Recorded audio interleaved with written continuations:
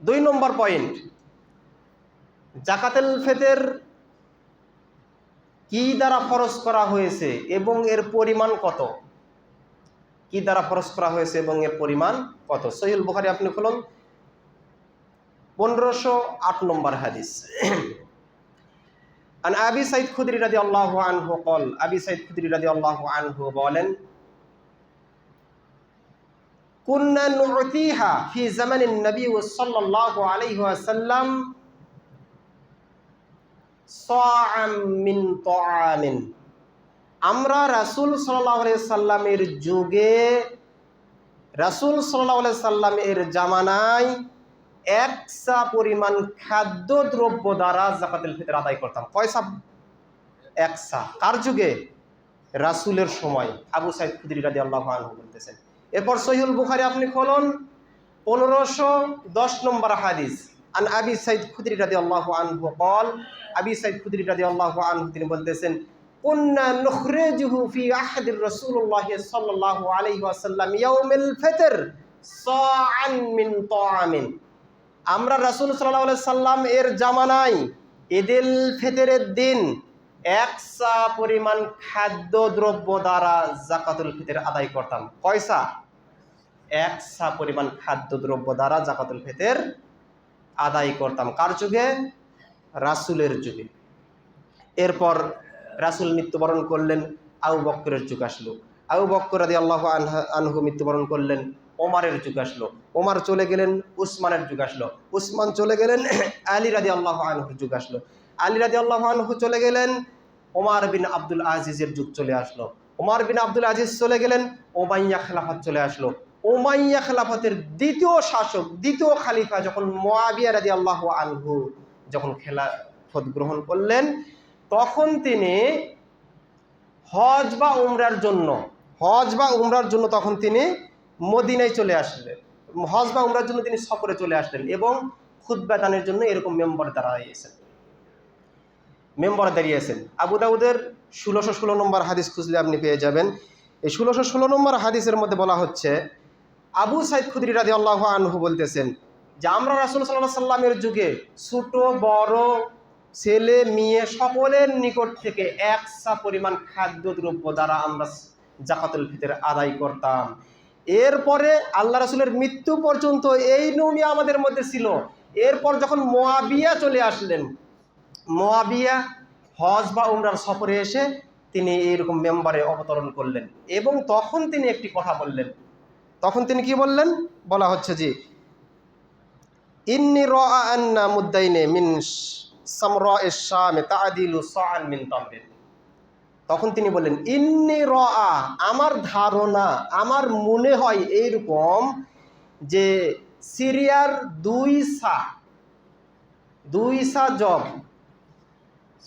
সা গম বা আটা, এটি এখনকার 2 মদ্য মানে হাফ সা গম, এটি বর্তমান সময়ের 1 সা খেজুরের সমান। অর্থাৎ ওই সময় আটা খুব চাহিদা বেড়ে গেল, দাম বেড়ে চলে গিয়েছে, খেজুরের চাইতে দ্বিগুণ হয়ে গেছে দাম। তখন তিনি ব্যক্তিগতভাবে বলতেছেন, ইন্নী রাআ, এটা আমার ধারণা, আমার মনে হচ্ছে এরকম যে 2 মদ্য গম 1 সা খেজুরের সমান। ফাআখাযান নাসু বিযালিকা, তখন লোকেরা এই ফতোয়া গ্রহণ করে নিল। এটা কি তার কিরকম ফতোয়া ছিল? ব্যক্তিগত ফতোয়া, ব্যক্তিগত ইজতিহাদ তার ছিল এটি। তিনি তার মতো করে একটি মত প্রকাশ করলেন। এখন তো গমের দাম বা আটার দাম অনেক বেশি, কাজেই 1 সা খেজুরের দাম যতটুকু, ওতে হাফ সা আটা হবে বা গম হবে। লোকেরা এটি গ্রহণ করলো। আবু সাঈদ খুদরি রাদিয়াল্লাহু আনহু তখন তিনি প্রতিবাদ করলেন, কখনো নহে, আমি রাসূল সাল্লাল্লাহু আলাইহি সাল্লামের যুগে 1 সা পরিমাণ যাকাতুল ফিতর আদায় করেছি, যতদিন পর্যন্ত আমি জীবিত থাকবো 1 সা যাকাতুল ফিতরই আদায় করবে, কম আদায় করবো না। আপনি আবু দাউদ খুলুন, 1616 নম্বর হাদিস পরিষ্কার করা হয়েছে বিষয়টিকে। তাহলে ওই সময় হাফ সার এই বিষয়টিকে প্রতিবাদ করা হয়েছে। আবু সাঈদ খুদরি রাদিয়াল্লাহু আনহু প্রতিবাদ করেছেন যে হাফ সাইটি কখনো হতে পারে না। আল্লাহ রাসূলের যুগ চলে গেছে, আবু বকর, ওমর, উসমান, আলী সকলের যুগ চলে গেছে, সকলের যুগে একসা ছিল। আজকের যুগে আপনি দাম বেড়ে গেছে মনে করে আপনি হাফসা করবেন, এটা মানা যাবে না। জিনিসের দাম কি সকল সময় এক থাকে?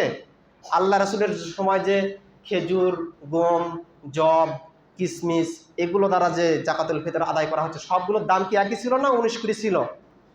ছিল না? অবশ্যই 19 কুড়ি ছিল। তাহলে আল্লাহ রাসূল তো ওই পদ্ধতি করেন নাই। আল্লাহ রাসূল ফরজ করেছেন কি?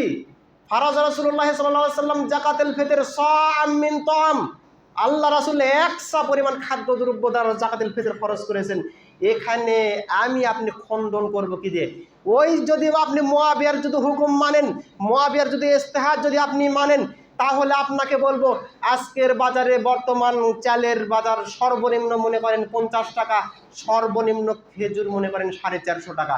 এবার বলেন তো 1 কেজি খেজুর কিনতে হলে কয় কেজি চাল লাগবে? তাহলে তো আপনার 9 কেজি চাল লাগবে, 450 টাকা কেজি যদি খেজুর হয়। তাহলে এবার যদি আপনি মনে করেন যে যেহেতু খেজুরের দাম বেশি, চালের দাম কম, তাহলে খেজুর আর চালকে সামঞ্জস্য করার জন্য এবার ভাগ করবো, এবার তাহলে অর্ধ সার না, এবার তাহলে আপনি 300 গ্রামের বেশি আর খেজুরের দাম ধরতে পারবেন না। এবার যদি আপনি বলেন যে যে চাল দিবে সে হাফ কেজি দিবে, যে খেজুর দিবে সে 300 গ্রাম দিবে, তাহলে জাকাতুল ফিতর আদায় হবে? কখনো হবে না। কাজেই ইজতিহাদি মাসালা কখনো ইসলামের সুস্পষ্ট শরিয়া হতে পারে না।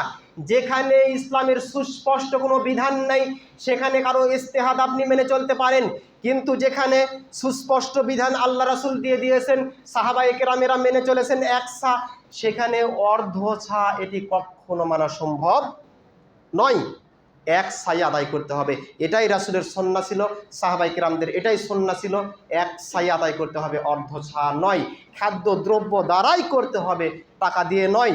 টাকা দিয়ে আপনার ইজতিহাদি মাসালা হতে পারে, টাকা দিয়ে আপনার তাবি গুণদের আমল অনেকের হতে পারে, কিন্তু সুস্পষ্ট যেখানে আল্লাহর রাসূলের ফতোয়া রয়েছে, আল্লাহ রাসূলের আমল রয়েছে, সাহাবায়ে কেরামদের আমল রয়েছে, সেখানে আপনি বিভ্রান্তের দিকে আপনি কেন যাচ্ছেন?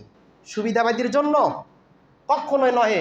একসা খাদ্যদ্রব্য দ্বারাই আপনি জাকাতুল ফিতর আদায় করবেন।